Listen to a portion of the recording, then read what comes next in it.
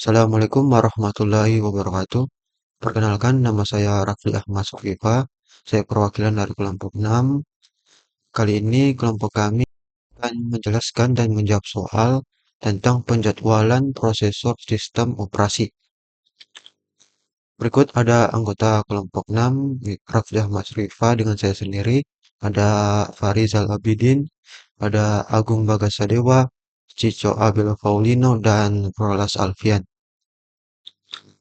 Baik, ini adalah soal yang akan kami jawab dan akan kami jelaskan, yaitu hitunglah average waiting time atau TR dan turnaround time atau TI dari ketujuh proses tersebut dengan menggunakan algoritma FCFS, PSJF, NPSJF, HPRN, dan RR dengan kuantum 2. Dan buatlah Gantt chart-nya. Baik, saya akan menjawab bagian atau menjelaskan bagian dari FCFS. Nah, angka pertama yaitu jumlahkan seluruh burst time atau BT untuk mengetahui lama proses keseluruhan panjang proses. Maka kita jumlahkan 5 tambah 3 ditambah 6 ditambah 6 ditambah 1 ditambah 4 ditambah 2. Maka proses yang terjadi adalah 27. Selanjutnya, proses yang terlebih dahulu adalah P1 karena memiliki arrival time atau AT terkecil yakni 0. Nah, arrival time P1 adalah 0 dan burst time-nya 5. Jadi, proses akan berjalan dari 0 sampai 5. Proses P1 selesai, maka kita dapat menentukan start time-nya 0 dan finish-nya 5. Lalu kita mencari respon time atau RT menggunakan rumus RT sama dengan FT dikurang AT. Maka kita dapatkan 5 kurang 0 sama dengan 5. Selanjutnya P2 dan P6 memiliki arrival time atau AT yang sama. Jadi untuk menentukan mana yang lebih awal dijalankan adalah dengan melihat burst time paling kecil di antara dua proses tersebut, yakni P2. Kemudian P2 memiliki burst time yaitu 3, maka P2 akan jalan dari 5 sampai 8. Setelah selesai, maka kita dapat menentukan start time, ST-nya 5, dan finish time-nya 8. Lalu kita mencari respon time atau RT menggunakan rumus RT sama dengan FT kurang AT, yang kita dapatkan 8 kurang 1 sama dengan 7. Lanjut kemudian P6 memiliki burst time 6, maka P6 akan berjalan dari 8 sampai 14. Setelah selesai, maka kita dapat menentukan start time-nya 8 dan finish time-nya 14. Selanjutnya kita mencari respon time atau RT-nya menggunakan rumus RT sama dengan FT dikurang AT, yang dimana kita dapatkan 14 dikurang 1 sama dengan 13.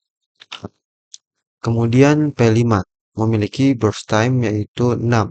Maka P5 akan berjalan dari 14 sampai 20. Lalu kita dapat menentukan start time-nya 14 dan finish time-nya 20. Lalu kita mencari respon time-nya atau RT-nya menggunakan rumus RT sama dengan FT dikurang AT, yang dimana kita akan dapatkan 20 dikurang 2 sama dengan 18. Kemudian ada P4. Kita memiliki burst time-nya yaitu 1. Maka P4 akan jalan dari 20 sampai 21. Lalu kita dapat menentukan start time-nya 20 dan finish time-nya 21. Selanjutnya kita mencari respon time atau RT-nya menggunakan rumus RT sama dengan FT dikurang AT, di mana kita dapatkan 21 dikurang 3 sama dengan 18. Kemudian P3 memiliki burst time yaitu 4. Maka P3 akan jalan dari 21 sampai 25. Lalu kita dapat menentukan start time-nya 21 dan finish time-nya 25. Selanjutnya kita mencari respon time atau RT menggunakan rumus RT sama dengan FT dikurang AT, di mana kita dapatkan 25 dikurang 4 sama dengan 21. Nah, terakhir kita menjalankan P7 yang memiliki burst time yaitu 2. Maka P7 akan jalan dari 25 sampai 27. Lalu kita dapat menentukan start time-nya 25 dan finish time-nya 27. Selanjutnya kita mencari response time-nya atau RT menggunakan rumus RT sama dengan FT dikurang AT, di mana kita dapatkan 27 dikurang 5 sama dengan 22. Nah, selanjutnya setelah semua proses selesai, kita akan mencari average waiting time-nya atau TR-nya dan turnaround time-nya atau TI. Rumus mencari turnaround time atau TR yaitu TI sama dengan 5 ditambah 7 ditambah 13 ditambah 18 ditambah 18 ditambah 21 lalu ditambah 22, maka kita dapatkan TI sama dengan 104. Kemudian rumus mencari average time-nya yaitu TR 104 dibagi 7 sama dengan berarti kita dapatkan TR-nya yaitu 14,85. Baik, untuk selanjutnya akan dilanjutkan oleh teman saya. Terima kasih. Perkenalkan, nama saya Isobel Polino dengan NIM 8020230270. Saya akan menjelaskan tentang penjelasan soal algoritma PSJF. Algoritma PSJF merupakan penjadwalan dengan prioritas dan preemsi. Yang menjadi prioritas adalah sisa proses-proses yang terpendek didahulukan dengan cara membandingkan sisa waktu proses yang sedang dilaksanakan dengan proses yang tiba. Dengan preemsi yang mengeluarkan proses yang sedang diolah untuk melaksanakan proses yang lebih singkat. Jadi, semakin pendek prosesnya, maka semakin tinggi prioritasnya. Karena sudah tersusun prosesnya dari arrival time yang terkecil hingga terbesar. Lalu sebagai pemandu, perhitungannya menggunakan Gantt chart dengan jumlah 27 yang kita dapat dari seluruh total BT. Selanjutnya, proses pertama berjalan dari P1 dengan kedatangan waktu AT sama dengan 0. Maka P1 akan berjalan dan BT akan berkurang. P1 akan berhenti sementara karena P2 dan P6 datang di waktu bersamaan, 1 milisecond. Maka, dilakukan perbandingan BT terkecil antara P1, P2, dan P6. Karena P6 lebih besar daripada P1 dan P1 lebih besar daripada P2, maka P1 akan mengalami suspend dan P2 berjalan. P2 di waktu 2 milisecond mengalami perbandingan BT terkecil antara P2 dan P5. Maka dilanjutkan lagi, P2 berjalan. Selanjutnya, P2 datang di waktu 3 milisecond. Dilakukan lagi perbandingan BT terkecil antara P2 dan P4, yaitu P2 lebih kecil daripada P4.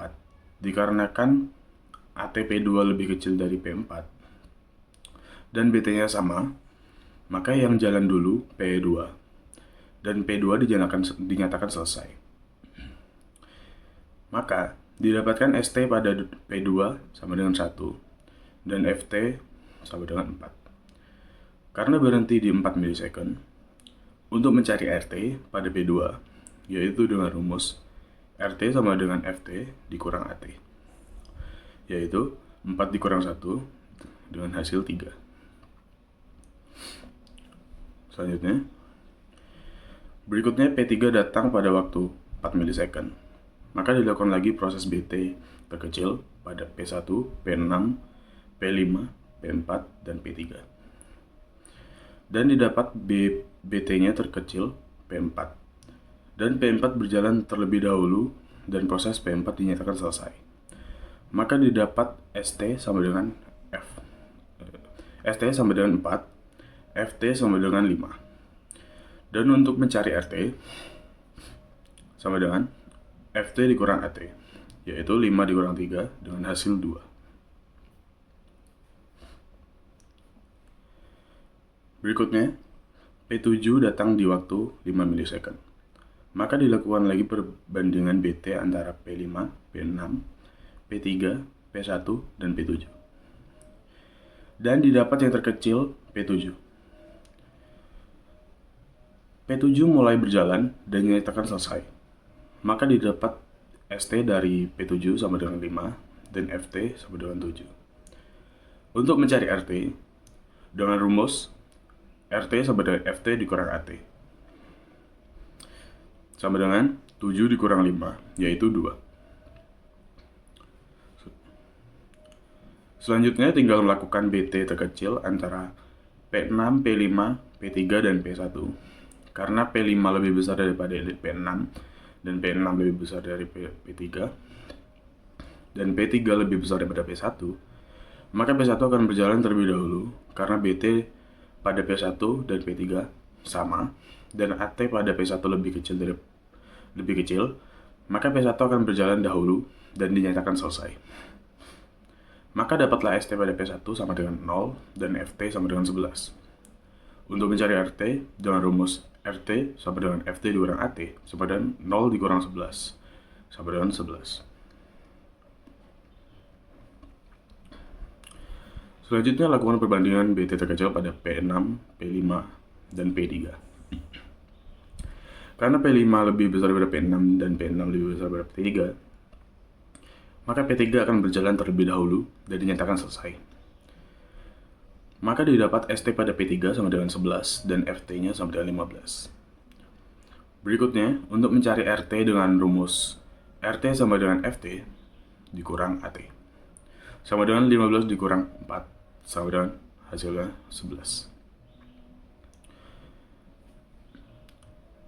Berikutnya, lakukan perbandingan BT terkecil antara P6 dan P5. Karena P5 lebih besar daripada P6, walau BT-nya sama, tetapi AT di P5 dan P6 lebih kecil dari P6. Dan P6 akan berjalan lebih dahulu dan dinyatakan selesai. Maka didapat ST pada P6 sama dengan 15 dan FT 21. Berikutnya untuk mencari RT dengan rumus RT sama dengan FT dikurang AT sama dengan 21 dikurang 1 sama dengan 20. Berikutnya, dijalankan proses terakhir yaitu P5 yang akan berjalan dan dinyatakan selesai. Maka didapat ST pada P5 sama dengan 21 dan FT 21. Berikutnya untuk mencari RT dengan rumus RT sama dengan FT kurang AT sama dengan 27 dikurang 2, yaitu 25. Selanjutnya, mencari average waiting time dan turnaround time dengan menjumlahkan total RT.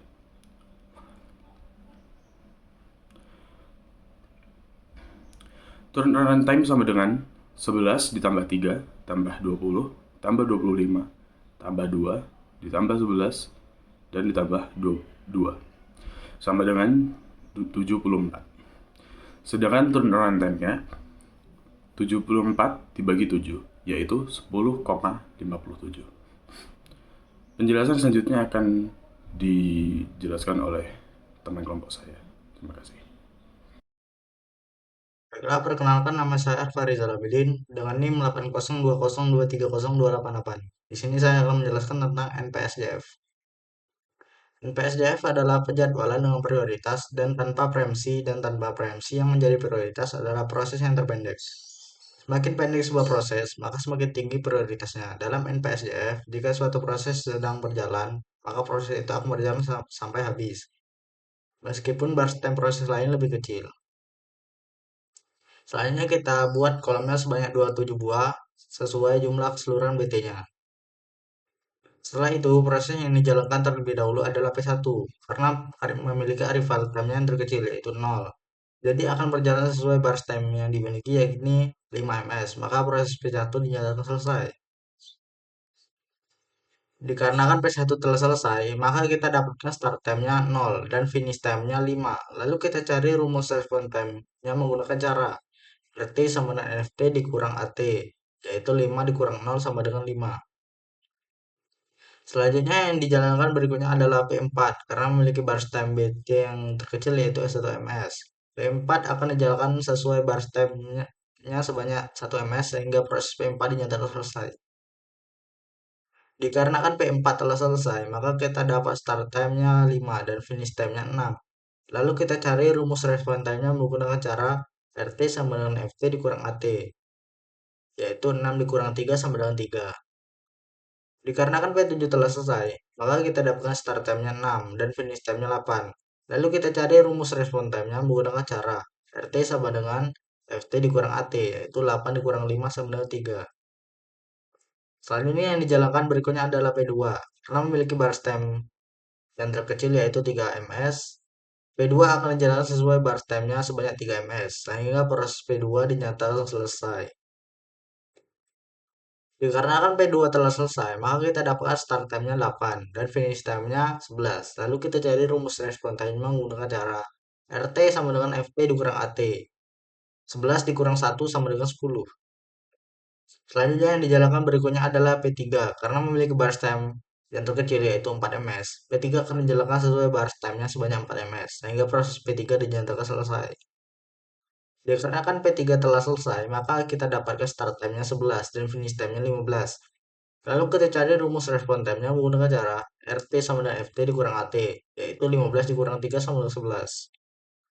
Selanjutnya terdapat sisa dua proses yaitu P5 dan P6. Karena kedua proses tersebut memiliki BT yang sama, maka kita lihat arrival time-nya.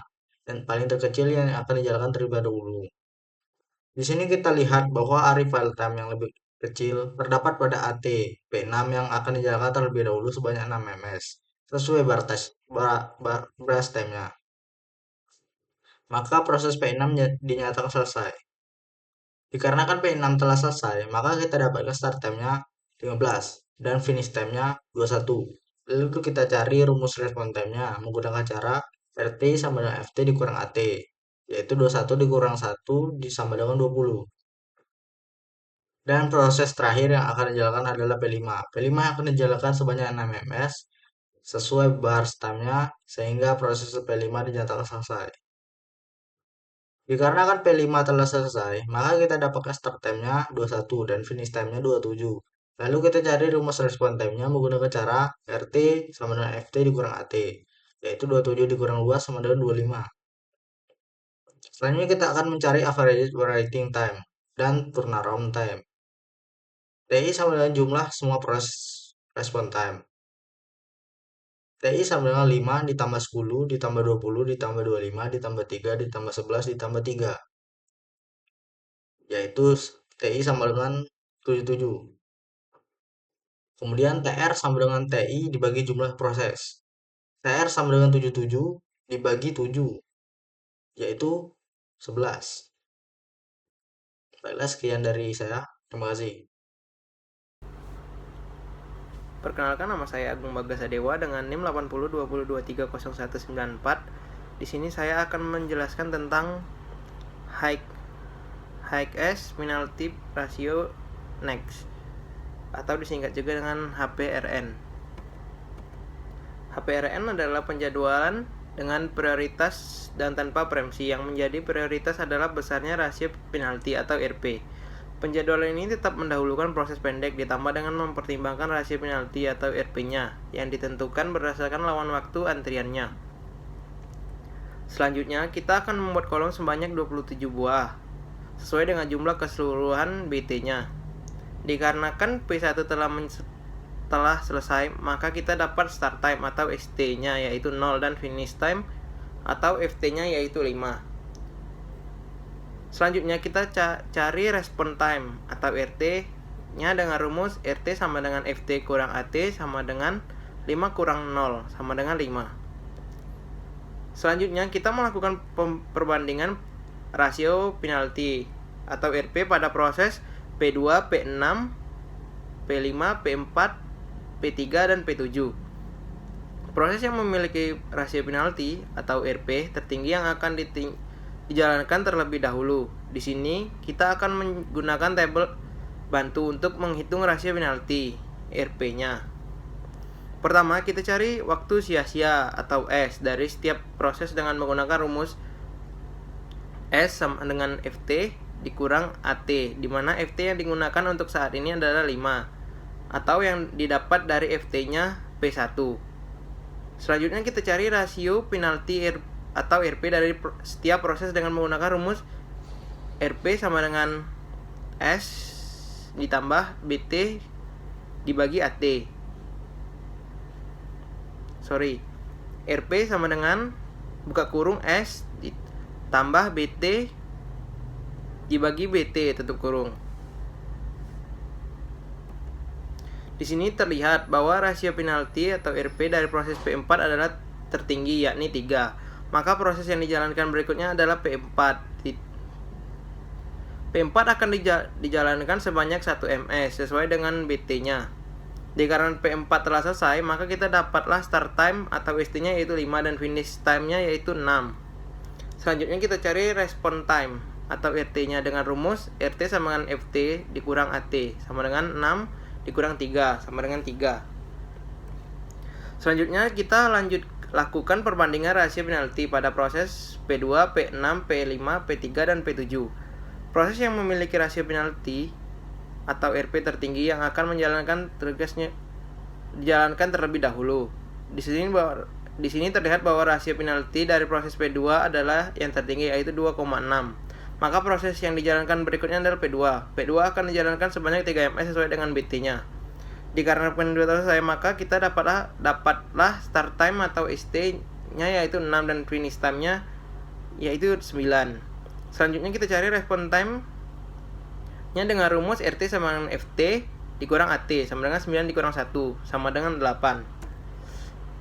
Di sini selanjutnya kita lakukan perbandingan rasio pada proses P6, P5, P3, dan P7. Proses yang memiliki rasio penalti tertinggi yang akan menjalankan terlebih dahulu. Di sini terlihat bahwa rasio penalti dari proses P7 adalah yang tertinggi, ini 3. Maka proses dijalankan berikut adalah P7. P7 akan dijalankan sebanyak 2 ms sesuai dengan BT-nya.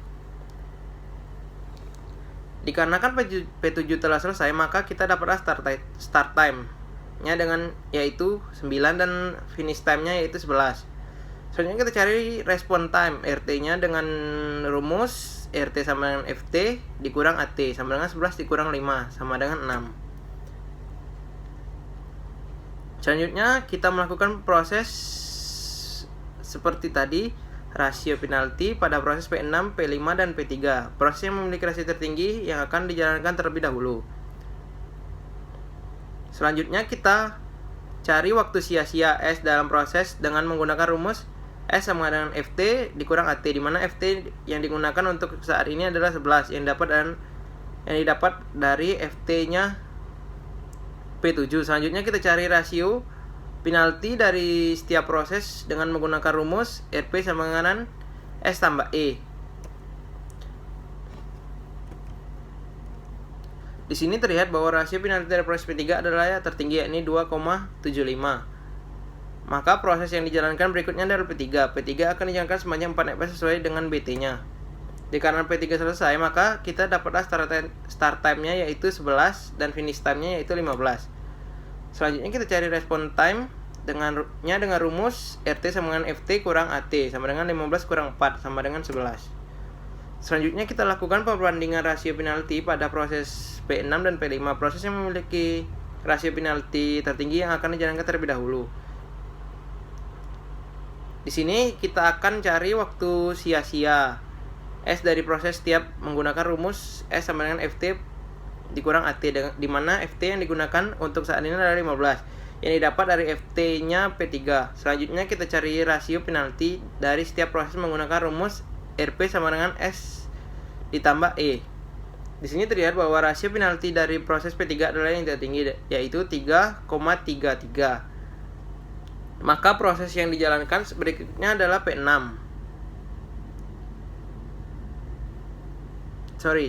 Di sini terlihat bahwa rasio penalti dari proses P6 adalah yang tertinggi yakni 3,33. Maka proses yang dijalankan berikutnya adalah P6. P6 akan dijalankan sebanyak 6 ms sesuai dengan BT-nya. Jika P6 telah selesai, maka kita dapatlah start time-nya yaitu 15 dan finish time-nya yaitu 21. Selanjutnya kita cari respon time-nya dengan rumus RT sama dengan FT kurang AT sama dengan 21 kurang 1 sama dengan 0. Selanjutnya tersisa proses terakhir yang dijalankan yaitu P5. P5 akan dijalankan sebanyak 6 ms sesuai dengan burst time-nya. Dikarenakan P5 telah selesai, maka kita dapatlah start time-nya yaitu 21 dan finish time-nya yaitu 27. Selanjutnya kita cari respon time-nya dengan rumus RT sama dengan FD dikurang AT sama dengan 27 kurang 2 sama dengan 2. Selanjutnya kita akan mencari average waiting time TR dan turnaround time TI. TI sama dengan jumlah semua respon time. TR sama dengan TI dibagi jumlah proses.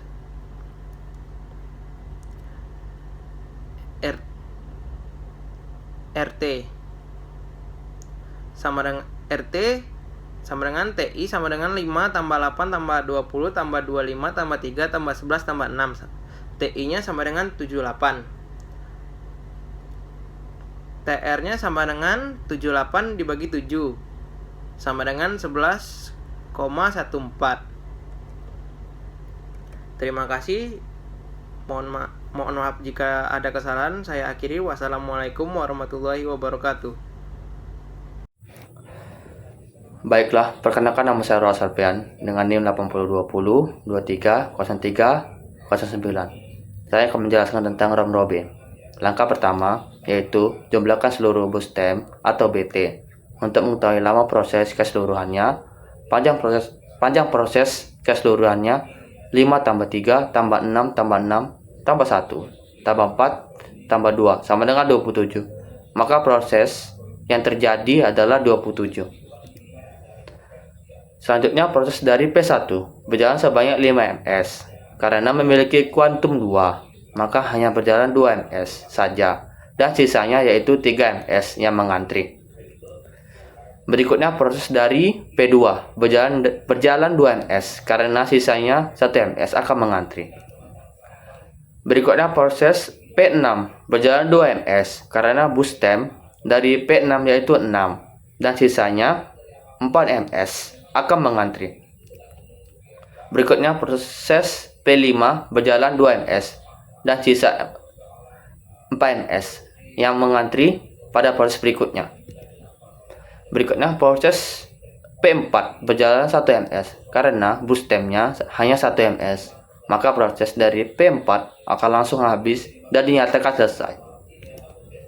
Berikut proses dari P4 selesai, maka bisa langsung diketahui yaitu start time-nya yaitu 8 dan finish time-nya yaitu 9.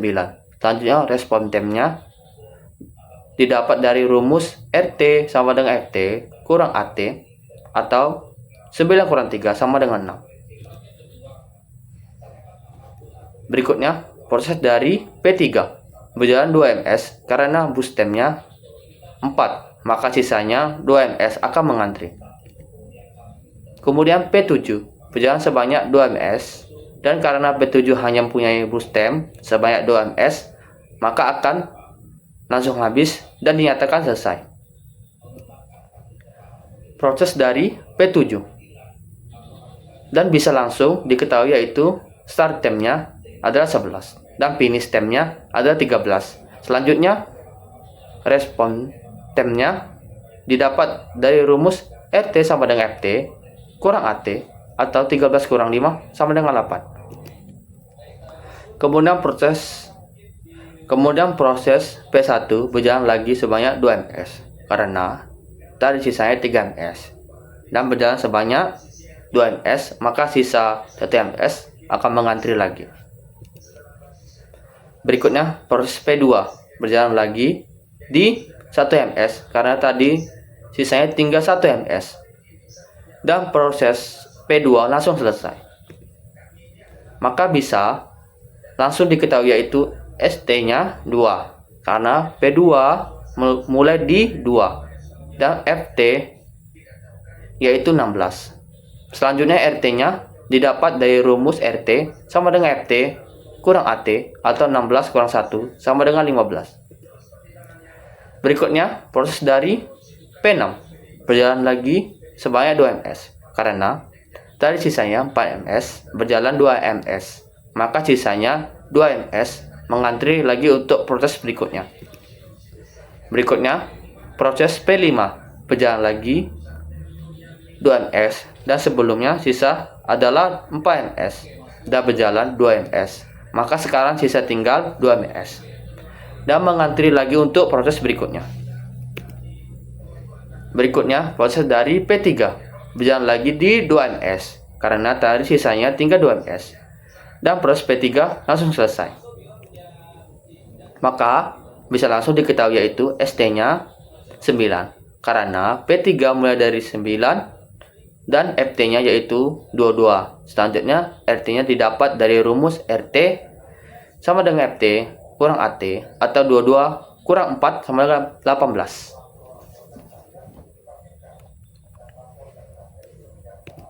Kemudian proses dari P1 berjalan lagi 1 ms dan karena sisanya hanya 1 ms maka proses P1 selesai. Maka bisa langsung diketahui yaitu ST-nya 0 karena P1 mulai di 0 dan FT-nya yaitu 23. Selanjutnya RT-nya didapat dari rumus RT sama dengan FT kurang AT atau 23 kurang 0 sama dengan 23. Berikutnya proses dari P6 berjalan lagi di 2 ms karena tadi sisanya tinggal 2 ms dan proses P6 langsung selesai. Maka langsung diketahui yaitu ST-nya 4 karena P6